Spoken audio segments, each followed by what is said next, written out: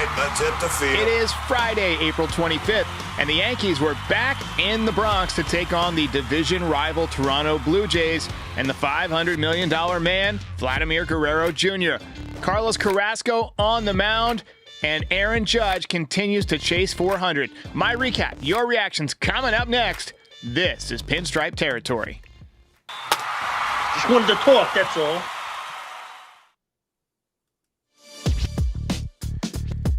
Yikes. Yikes is the only word you can say right there without having to bleep it out. TK, another blown save from Devin Williams. And I was telling you in the green room before we got started that he reminds me of the pitching version of Joey Gallo. You know, just somebody who is just mentally not capable of dealing with New York. I mean, I think that's obvious now. By the way, hello. Yes. Hello. Brutal. Glad to be joining you on Friday, as I will be doing for the remainder of the season. Yeah, Weekly let's hear it for TK, the new Friday night co-host. All right, so I did want to just announce that. So TK is going to be with us Friday nights for the rest of the season, pretty much every time.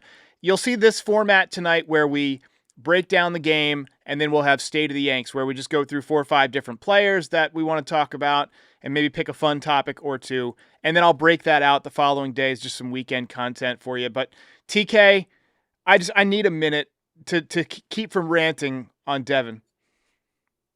I can rant. So, dude, not good. Not what you want. This was one of the big pieces of Plan B. And the fact that this part of Plan B is not really working out is really concerning. Now, with Devin Williams, if you look at his career, I'm going to kind of lay out a picture here. If you look at his career from 2020, he won Rookie of the Year in the COVID season. And then until 2024, they put it up on the broadcast. He has one of the best ERAs in the league. I think second best in the league in that time. And if you look at his career in the month of April, he's not that great. And as the season goes along, he starts to get better and he starts to improve. And that would be the only silver lining I will take. However, there is a huge but in all of these things that I've just said, trying to be positive. It's the body language for me, Derek. I think you hit it right there. It's the body language. I'm sorry. The guy's coming from Milwaukee. That's not a big market. It's not like he came from the Dodgers or the Giants or even the Cubs or, Astros, any team like that. He came from Milwaukee, small market team. And if you think about the trade, we gave up Nestor Cortez and Caleb Durbin to Milwaukee, and they dealt him. So kind of what does that tell you if they're willing to deal what was supposed to be one of the best closers in the game? Like, I'll put it this way. If the Yankees were going to make a trade for like Emmanuel Clase, you would probably be giving up a George Lombard Jr., or you'd be giving up a Jason Dominguez or anybody like a Will Warren, anybody like that. And the fact that it took so little to get him in is a little bit of a red flag. Yeah, and it's a red flag that people mentioned at the time, and I plugged my ears and was like, he was hurt. But so was Nestor Cortez, and, he had that elbow issue last year, and we kind of, we saw what happened in the World Series. Look, man, I think there's some really valid points happening in the chat here. JXV88 says, Weaver got us to the World Series. Why? Devin Williams, what a crybaby. The Earl of Demise says 3 straight head cases as closers, Chapman, Holmes, and Williams. But, I mean, I got to say, Weaver is like perfectly built for this. He is the Terminator out there. And the Rowdy Rattel says, from heart attack Holmes to worthless Williams. Yikes. Richard C. says, blowing games this way cost us home field in 2024. Actually, we did have home field in 2024. But he means in the World Series, the World probably. Series, yeah. Yeah, Those 13 games that Clay Holmes blew was the difference there.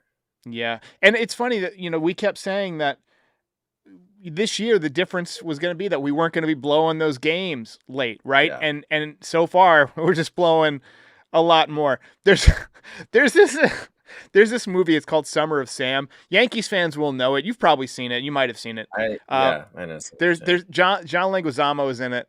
And he was like, I promised myself when I got married I was going to stop cheating on my girl, but now that I'm married, I'm just cheating a whole lot more. And I think about that, like, it's like, oh, man, we're just blowing a lot more saves. All right, let's get to the recap. Let's get it going. So not much offense today. Both teams were quiet early. We're going to have to devote some time to Anthony Volpe later in the show, but nice defense in the second inning. Nice pieces of hitting by Wells and Cabrera in the third inning. I tell you what, Cabrera picks up like some nice pieces of hitting. Like he uses that opposite field really well. But here's the issue: is that his OPS is barely higher than Anthony Volpe's. What are your thoughts on Oswaldo? Just like bare naked truth, how do you feel about Oswaldo? Gun to your head. I really like him. I like his personality. I like his kind of swag on the field. Utility guy. I think it's cool that he's willing to literally play anywhere to get on the field, but he's not a starting third baseman. I don't think he's a starting player. He's a utility guy, and that's better. He's better used as a utility guy, roaming around the entire diamond, infield, outfield, Agreed. giving a guy a day here, giving a guy a day off there. I think he's a lot more valuable that way. It's just that the Yankees don't really have a starting third baseman right now yet. Maybe that's addressed at the deadline. We'll see. But if that's the case, I would much rather see him kind of going everywhere on the field. Yeah. Fantastic diving stab by Jazz Chisholm in the fourth inning. A little snow cone action. He had kind of an up and down night at second base. There was a play later in the game that we'll talk about, but I thought Carlos Carrasco threw the ball really, really well tonight. Shame that he couldn't get a dub. 5 shutout innings, 2 walks, 2 strikeouts. Look, I mean, I thought he was dealing. This is not an easy lineup to pitch. They don't hit a lot of home runs. They hit, Vladdy, of course, went deep tonight. I told you he was going to go deep tonight. And I think you said that last week, actually. You said, he's going to break out against the Yankees when we were talking about that. So I think we were aligned there. Kills the Yankees, and he loves killing the Yankees. Tim Hill. I mean, and he's not a guy who gives up home runs. He throws sinkers, but, $500 million. Yankees did tie the game in the 7th. Big leadoff double from Volpe. Good productive at bat from Austin Wells to get him over to third base with a deep fly ball. And then Cabrera singled him in. Cabrera had a couple of hits tonight. And then, do I have that right on Cabrera? Yeah, he was 2 for 4 tonight. But, top of the 8th, bad play from Jazz Chisholm. This one kind of bothered me.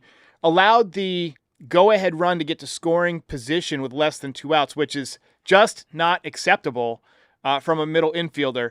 You got to be smarter than that. So there's a slow roller, guy on first base, if you didn't watch the game. And what the runners are taught to do there is to slow down and make the second baseman come and tag you, right?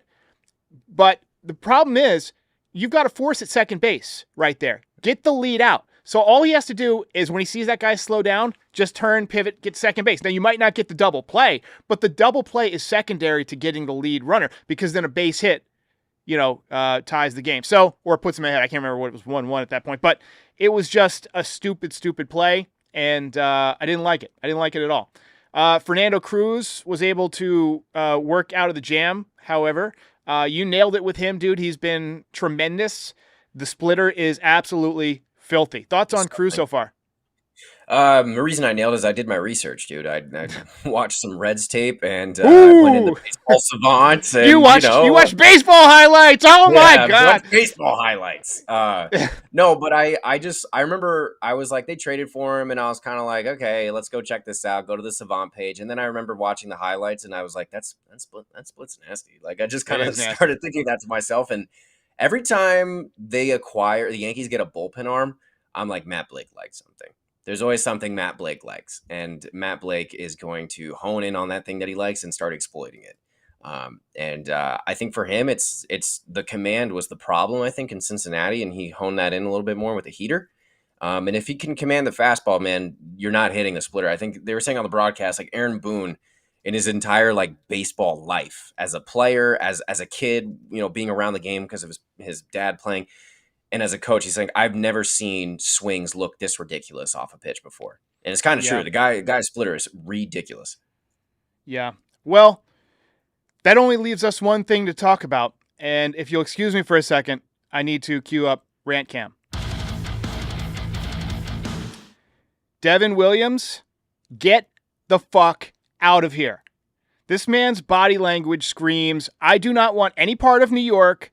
You see him walking around the mound, kicking dirt, just looking sad before anything bad has even happened. He is a disaster waiting to happen. This is not Milwaukee. That is not going to fly here. You got to be you got to have a little bit of swagger or a little bit of confidence to close in New York. We can't handle any of these. Maybe I'll get it done, guys. You have got to get it done. Now, maybe his stuff is good. Maybe the metrics like his stuff, but the stuff he is made of is dog shit, and he has got to go. Okay, so I had to get that out.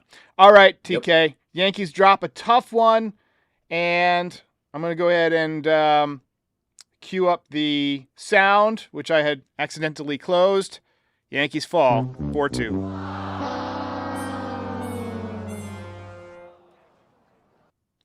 Tough night for the Yanks, and a waste of a pretty good start by Carlos Carrasco. We have so many super chats and so many comments tonight. Richard C. says Lasagna should replace Weaver, who replaces Devin. I think that's a great idea.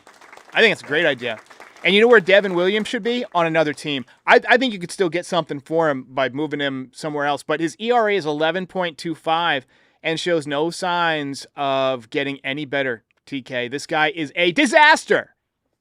So far, yeah. I think he's going to be a free agent at the end of this year. So is Luke Weaver, by the way. Why wait? Let's make him a free agent now.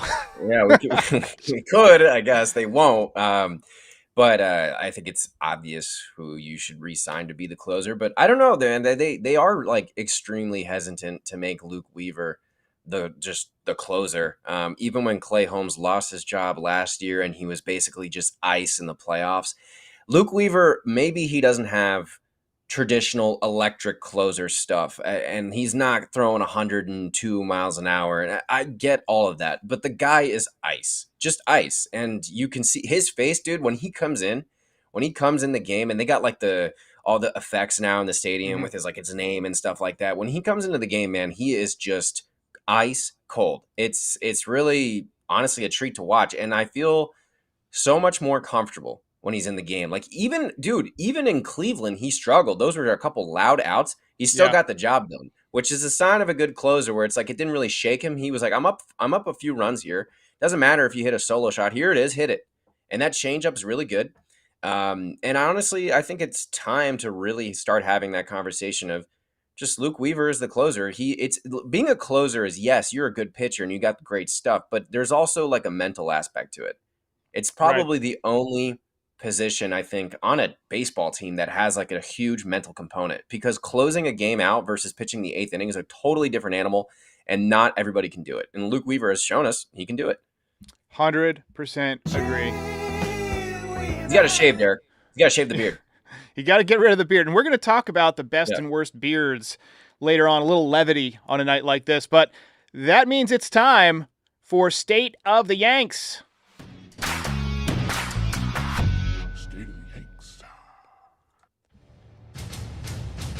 All right, let's talk about Ben Rice. Obviously, he's been the talk of the town with his performance, and we still have the Stanton situation. Did you have a chance to watch that 10-minute video that I sent you or that was on MLB YouTube or whatever? I watched a few clips of it, and I saw him like speaking like fluent Spanish and all that. And I think it's hilarious that the Latin players are calling him like Ben Arroyos. Because like it's like rice and I don't think I'm pronouncing that right, but like they're saying like rice in Spanish. And I think that's really funny because I think his mom is Dominican or something like that. He has a relative that's a Spanish speaker, and he's like obviously very gringo looking, which I think is hilarious that he speaks fluent Spanish. Throws a lot of guys off, but yeah, love Ben Rice. He's like just happy to be here, and dude, he's hitting the shit out of the ball. So you know. It's crazy that he's outperforming Soto this far into the season. Yeah. I mean, what if he does? Like, what if, like, okay, so he makes about $750,000, which is literally like what, like a million times less than Juan Soto makes. I mean, and he's just tearing the cover off the ball. He ripped another double tonight, and that was a sweet swing. He does miss a little bit more than I would expect, but hopefully that'll get better as, you know, he gets a little time in the league. They were talking tonight about how Judge used to strike out all this, you know, so much when he first came up, and then he just stopped swinging at the pitches that he was missing, right? And I think that you can still get Ben Rice to miss with that down and in breaking ball. You see him swing over that a lot. Once he learns to lay off that pitch or to only swing at the ones that are cookies like cement mixers or hangers, he's going to be dangerous. He's already dangerous, but he's going to be that much more dangerous. We got to talk about Anthony Volpe. You had a little cameo yesterday from Rodeo Drive, which I enjoyed. Mhm. Thanks for that. The strikeouts have been an issue. He obviously had a double tonight and, ran the base as well. But the eye test for me is that his swing is way too long. And, at some point, do you consider the torpedo not like maybe giving it up? If he keeps hitting what 200 or whatever he's hitting? I don't know. It's funny, but nobody's talking about the torpedo bat anymore. And I'm pretty sure Jazz is still using it. Bellinger is still using it. And by the way, those are Jazz, Volpe, and Bellinger are like the three guys kind of mainly struggling. Belly's been so disappointing, man. He had a bloop Yeah. double tonight. I love him as a baseball player. Like, he plays hard. And I still think he's going to get it going. I think the back thing, they remember they talked about how he had some back stuff early on. I think that could Yeah. still be an issue. And also, the stomach thing kind of disrupted him, but he should be over that by now. Maybe he just needs more at bats. I mean, we've been playing Trent Grisham a lot. Dominguez had to sit tonight. Bellinger will probably sit soon because we keep trying to get Grisham in. He's been stinging the ball so well. But I mean, I've been disappointed in him, Jazz, and Volpe, obviously. But yeah, I mean, his WAR pace is 5.18 though. I don't get that. Like, he just doesn't seem like that valuable of a player. I mean, and his defense is okay. They say it's great. He makes some great plays, but he's also screwed up some easy plays. Yeah, I think there's been a couple plays that have been pretty bad. Like you see, they're like easy plays to make, and he didn't make them.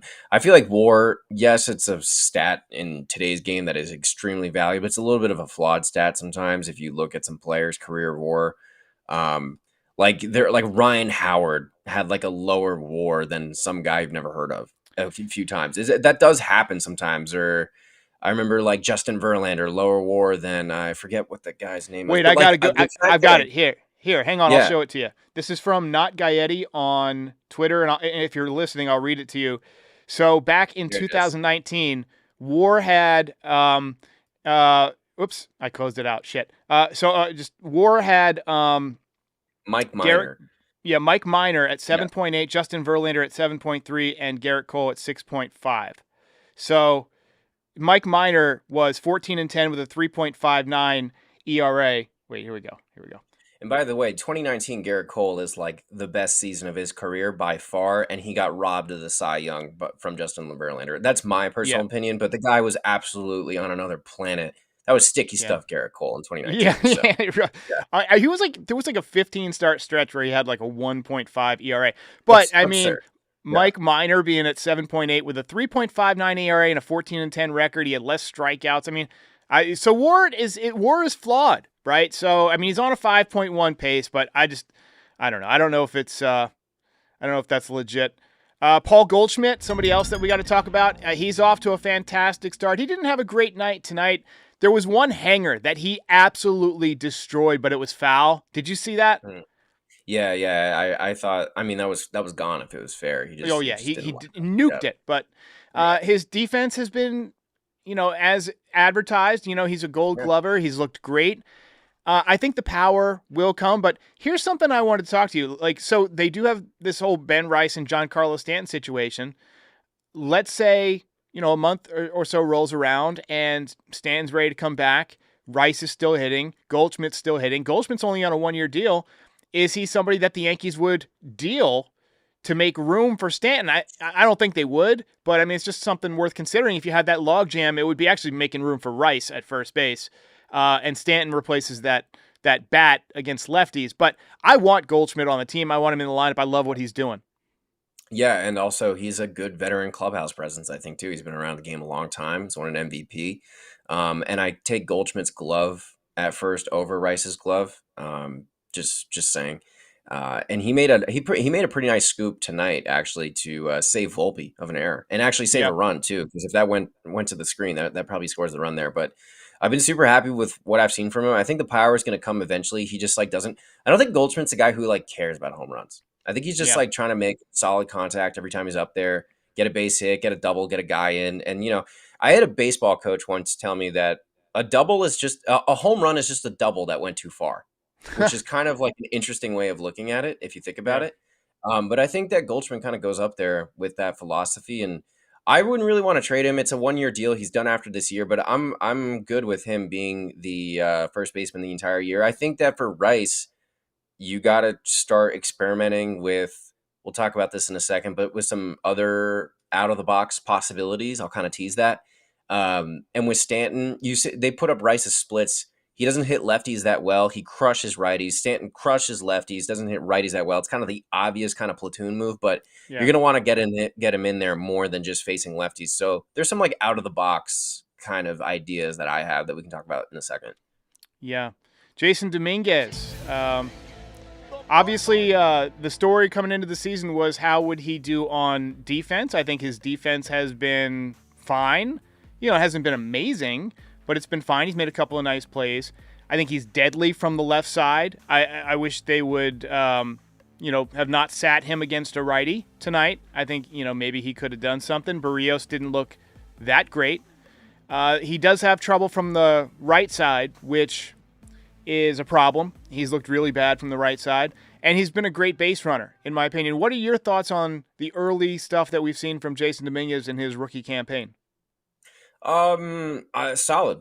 I'm less worried about the defense. I think he looks a lot more comfortable out there and left. He's kind of starting to settle in, and I've mentioned this before, but he's shown me the quick to learn quality, which is always something you want to see from a young player. I don't know if it's too early to start saying this, Derek, but like, I guess if let's say he kind of keeps on this trend the entire year, he hits really well from the left side, struggles from the right side. I'd kind of be like, can switch hitting, just be a lefty, honestly. Let's, just start seeing what that looks like. Let him get through the year. Like, I want to see how much he gets. Like, his stats might not end up being great, but if he shows improvement, then yeah, you let him work on what he improved on over the winter, let him patch up some of the weaknesses and maybe come to spring training, and then, be ready to switch if it's not working next year, right? Yeah. So that's my thought on Dominguez. But so far, like what we're seeing, Max Fried. He's obviously living up to the deal. He is 4-0, with a 1.42 ERA. He pitches tomorrow. He's been pitching like an ace. We need him to step up and be a stopper. Again, you can't lose a series to the Blue Jays. You got to win tomorrow and force a rubber game. What are your thoughts on Max Fried so far? Dude, he's been huge, especially with Cole going down. He's kind of stepped up and filled in that role really nicely. Kind of makes you think if they ended up keeping, that prick over in Queens, how that would have ended up. They wouldn't have got Max Fried. They would have lost Cole, and they would have probably lost a lot of pitching there. Max Fried has really made up for that. We wouldn't have Devin Williams, at least. Probably. Yeah. Well, no, we probably would. We probably would, because that was like basically a money deal where it was like the money was even between Cortez and Devin. Yeah, no, and they were going to probably going to get rid of Cortez anyway. So, but yeah, he's been enormous. He's been huge. His stuff looks pretty great every time he goes out. Even when he's not on, he kind of still gets it done, which is a true sign of an ace.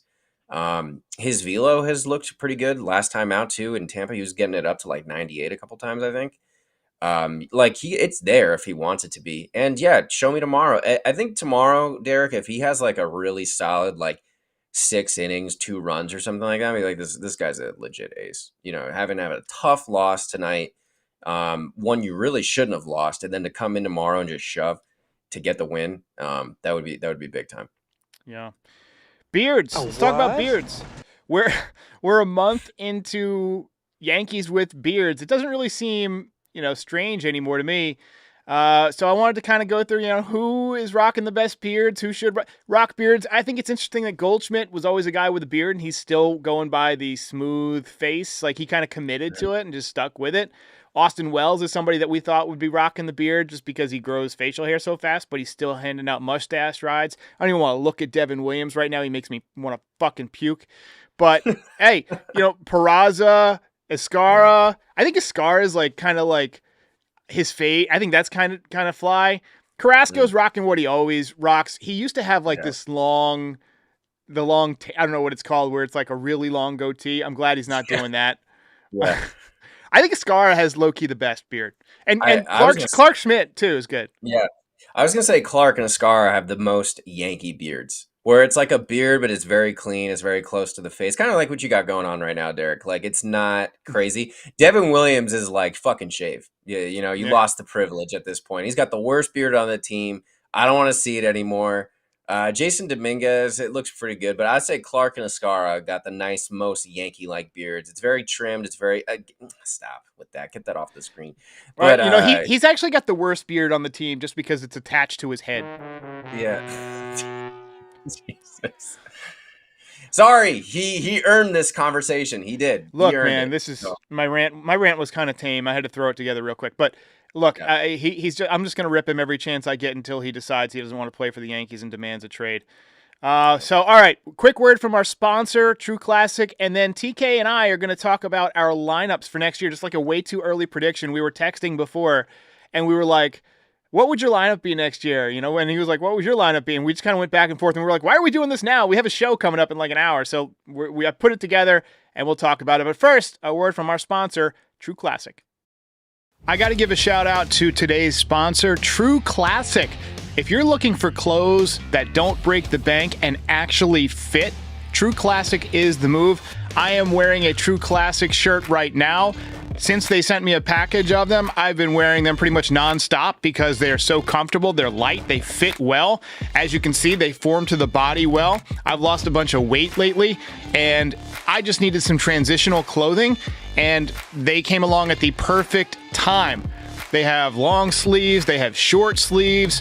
It's great for taking a walk, for when you go to the gym, or when you're just hanging around the backyard with your dog. So whether you are layering up and getting ready for winter, or trying to relax and enjoy the cool breeze in the springtime or the summertime, True Classic is the way to go. Visit trueclassic.com/stripe. trueclassic.com/stripe and elevate your wardrobe today. What do you hear? What do you say?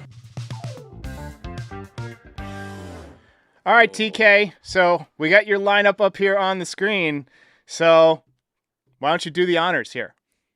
I got something a little unique there. You guys will notice, I think, maybe three, I guess, big things there. Is that Rice playing third base, and I think he can do it because it's always easier to go from within to out. So from catcher to infield to outfield, it's always easier to go that way than the other way around. The only other guy that I know who can do it is Mookie Betts. Mookie Betts is the only guy who can kind of do it seamlessly. But third base, it's the hot corner. You got to be quick on your feet, reactions. I think catching kind of has a lot of those elements. And if you can throw down to second, you can make the throw over to first. So I think it's worth seeing. I think it's worth having him take some ground balls there and just seeing what he looks like. And I think it would help get his bat in there a lot. Tucker, right field, gotta sign Kyle Tucker. Just have to. The guy is a perennial all-star, a perennial MVP candidate. I think he plays a great all-around player. I think he'd be an awesome Yankee. And I don't think the Cubs, I know there were talks about an extension, but I feel like it's too far into the season now for an extension to be worked out. I do think he's going to free agency, and I don't know if the Cubs are going to pony the money up. Judge, he's starting to age a little bit. Right field, first DH. I think that next season's the first year we see him take some reps at first, especially if they don't bring back Goldie, which is likely due to age. Bellinger, center, he probably opts in. Stanton, DH. Wells catching. Lombard Jr. playing short. Where's no Volpe? Anthony Volpe. Where is Volpe? Well, Anthony Volpe's not on the team anymore. Oh, interesting. In my eyes. I think if they go down this direction and this path here and Volpe's no longer on the team, they probably do it in the offseason. They make a deal. And this is only if Lombard is actually raking. And let's say he ends the year at AAA or something like that, maybe even AA, and he's lighting the world on fire. They may be looking at Volpe to trade him in the offseason. You could probably get something back. He's a Gold Glove caliber player. But the offense just hasn't been there. And Lombard, to me, has a higher upside. And I've heard scouts say that Lombard and Volpe basically have the same glove. So if you basically have the same glove and you've seen all you've seen from Volpe offensively, there's probably more upside there. Jazz second, Dominguez left. That's what I have. I think you can mix and match, move things around, move some positions around, but this is my very rough envision for the 2026 lineup. All right, well, here's mine. So I got Rice at first base. We're on the same page here for signing Tucker. I think you got to empty the fucking bank account for Tucker. He's having a great year with the Cubs so far, and he's making the whole team better. Judge, I've got him at DH. next year. My guy that's missing is Giancarlo Stanton. He's either on the bench or, I don't know where he is. So I got Dominguez playing left. I got Wells behind the dish, obviously. Bellinger, like you said, going to opt back in. I got Lombard Jr. at third base and Volpe at short. I just don't think they're going to give up on him. I think they like having a first-round draft pick, local kid, be on the team. I think that there's some marketing value in that, and they are all about the value. And, we don't know what kind of year he's going to have. Maybe he puts it together, but I don't think he's done enough that they're going to trade him yet. They like the glove. And then Jazz back at second base. He's got one more year in his deal, but I don't envision them re-signing Jazz if he continues to play like this. And there's a chance that he could be, he could be history if he has a bad year. Yeah, it's possible. I think it's certainly on the table. If they decide to move on from Jazz, I think it's more likely Volpe moves over to short and they put Lombard at Volpe moves over to second, Lombard gets into short. Because Volpe, I think, physically profiles better as a second baseman, and you said that too, Derek.